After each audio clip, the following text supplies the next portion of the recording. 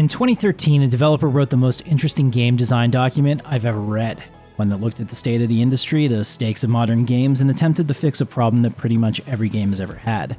The vision was simple but bold, perhaps a little naive on the technical impracticality of it all at scale, but it forced you to stop and think of the world that system would create. It's one of the many reasons I became a backer, and yet, if I'm being completely honest, I don't think it makes it into the final game today, and even back when I first read it in 2016, I never believed it would then either. Title and thumbnail aside, if you were given only that description, longtime backers that lived on every word CIG has said about this project would know exactly what I'm referring to. But if you only started playing Star Citizen recently, or if you've been playing since day one and never looked outside the game itself, your in-game experience would be nothing like the vision. That's where the contradiction lives, and we're going to pull apart the complicated legacy of Death of a Spaceman. If you're new here, I'm Captain Qatar, and on my channel, I make video essays about systems and topics in Star Citizen while focusing on analysis over emotion. I don't engage in rage bait, unless of course you violently disagree with me, that is. If that's something that you're into, join the crew and get subscribed. Star Citizen's a different type of game. The project that broke all the rules still gets called a scam by a large group of detractors and has inspired millions of people to pledge over $1 billion to a dream. Calling Star Citizen unique is underselling it, really, so it shouldn't surprise anyone that when Chris Roberts sat down to rate out his Death of a Spaceman treatment, that it would be like almost nothing we've seen before. The document defines the exact problem in nearly every game you've ever played, mainly the idea that death is absolutely fucking meaningless. After your character dies, depending on the game, you could just respawn instantly, or maybe you'll run to your corpse in the world, but outside of minor penalties like time or in-game currency, nothing about you or the world changes. The entire experience is reduced to a minor inconvenience that we don't have a strong incentive to avoid, especially once our characters are fully established in the game.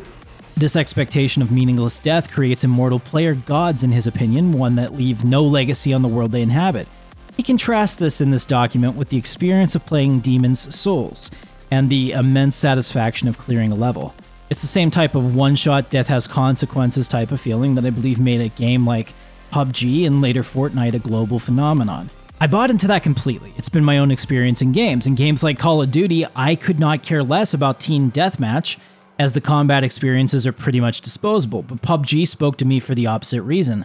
You entered into a world where 30 minutes of gameplay would be derailed permanently by a mistake, a random encounter, or an unavoidable circumstance, and it was immediately game over. There wasn't a reset button, you were dead, and the game continued without you. I love that. I've played 960 hours of PUBG per the Steam library Tattletale tracker. I wish that game was still popular. The most fun I've ever had in the game was the Jedi vs. Bounty Hunter cat and mouse chase in Star Wars Galaxies. The stakes and the anxiety of being hunted was incredible. Those were the days, man. But Roberts pulls on that emotion in all of us. I'm sure that there was a game that you played that evoked it too. But rather than blanketly accepting it as the right development course for Star Citizen, I think we should examine what his death penalty proposal means in terms of gameplay. The only thing that Roberts promises us is a funeral, a cutscene where I'd watch my old character be laid to rest, and any noteworthy deeds imprinted on his tombstone. My new character would be my next of kin of choice, and all my possessions would pass to that character with a slight reputation decay. And it was confirmed at CitizenCon 2954, death taxes as another credit sync. That's a cool vision, bridging how the real world works into a video game. So far, I have no complaints, but the devil's in the details though, because this is essentially a soft version of permadeath. Just whispering permadeath is risky because it's such a polarizing term in gaming. Casual players that have limited time to play have historically rejected the entire premise. Star Citizen needs to appeal to a wide audience in the same way World of Warcraft did to be successful long-term, with a mix of casual, solo, and org players. Roberts knows this, of course, so let's examine how punishing the system he envisions would be. Spoiler alert, it's really not that punishing at all. Maybe when I read it 10 years ago, it was scarier to me, but looking at it now, I just don't get that feeling. I went back and counted, because of course I did, I can't turn off the analytical part of my brain, and Roberts spends around half of the document's word count softening its own premise before the player can strenuously object. When I think of permadeath, the first thing that my mind goes is to like a one-shot to live type of experience like PUBG, but Roberts clarifies that dying in a dogfight and losing everything isn't fun, and he wants to make sure the game is both immersive and fun. So he proposes a system where a player has lives, to use the term we're familiar with from other games. If you're killed, you might burn one of your lives and your character wakes up in a hospital bed, potentially requiring new body parts like cybernetics or transplanted organic ones. Okay, now that's pretty cool. Being a half-Borg is a dream come true to a lot of people, and the cybernetic system in Star Wars Galaxies was one that I think was a huge missed opportunity. It was just very poorly handled. Eventually, after too many deaths, your character's body just can't be recovered anymore, and you'll get the funeral scene.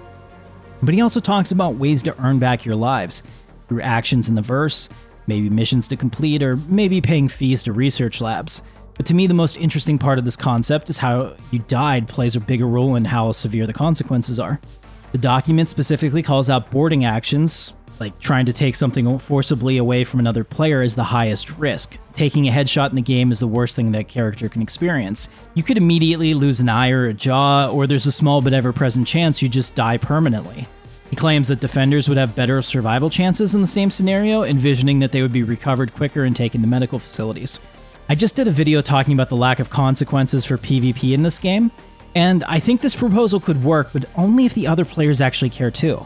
The problem is, if you care more about your character than the guy attacking you, then it's just another weapon that somebody can use to hurt you. Right now, if you get wiped out, you lose time, sometimes money, and eventually, once they put the systems in place again, your items. But in the future, somebody could essentially take your soul too.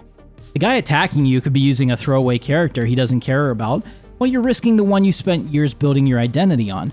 For a lot of people, myself included, your unique crafted identity online is a big part of the appeal of an MMO.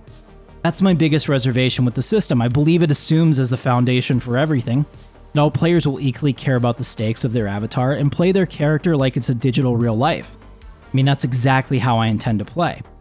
Chris specifically calls out that he thinks the player's ship is the real hero in the verse and the pilot's interchangeable.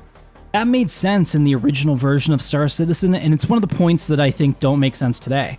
That's a discussion we'll have later, but I wanted to point it out. There's an even bigger issue I see with the system. It disincentivizes risk. In real life, the biggest risk many of us take is just driving to work daily. We accept that because we have to, but every time you get into a car, there's a non-zero chance that you won't be coming home. I personally prefer to drive myself because I feel like I'm more in control of my destiny when I do, even if it's not true. But games are different. Discouraging pointless risk is the entire point of Death of a Spaceman. It's trying to eliminate the YOLO lifestyle that we've become accustomed to. I just did an entire video on how Jumptown's awesome PvP wars could only exist in that YOLO environment, where there were no long-term consequences and everyone's just living in the moment. You won't get those confrontations with this system.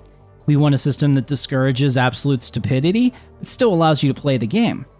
Everything we do in the game that's enjoyable is inherently risky. What makes them fun is being in a situation that you'd never get to experience in real life, like dogfighting in space, exploring a dangerous ASD underground facility, maybe fighting the Valakar with a group of friends. Every one of those is fun and exciting, and there's a pretty high risk your character could die. If my fights with the Valakar are any indication, you'll die over and over and over again. So then it comes down to this. The game CIG is actively building provides you with gameplay options that put you squarely in a position that you need to weigh if playing the game that you want to is worth what you might lose doing it. I'm kind of conflicted about that. I like that the game is trying to build a believable universe. I mean, I'm funding it for that exact reason, but if the risk of playing in that universe makes some activities just not worth doing at all, that's probably a losing design strategy. Of course, balance will play a role here, and I'm hoping that the expanded medical system will eventually be able to provide the gameplay where the person keeping your team from spending their lives is at least a little deeper than the Beam Citizen version we have now. I could make this a 30-minute video, but we've reached what I think is my audience tolerance for video length. I've done the research and pulled everything they've said about the system ever since 2013, and we can compare the vision to the evolution and compromises building the game has forced CIG to consider. If you're enjoying this, help me out and comment that you'd like to see part 2 so I can gauge if it's worth making. You might have noticed, but I don't follow trends or other YouTubers on this channel. I make the videos I want to make, but a part 2 is something I'd prefer to collaborate with you on. Your comments can shape that. If you want to go the extra mile to support the channel, consider hitting the join button. It helps so much. Thanks for watching, and I'll see you in the verse.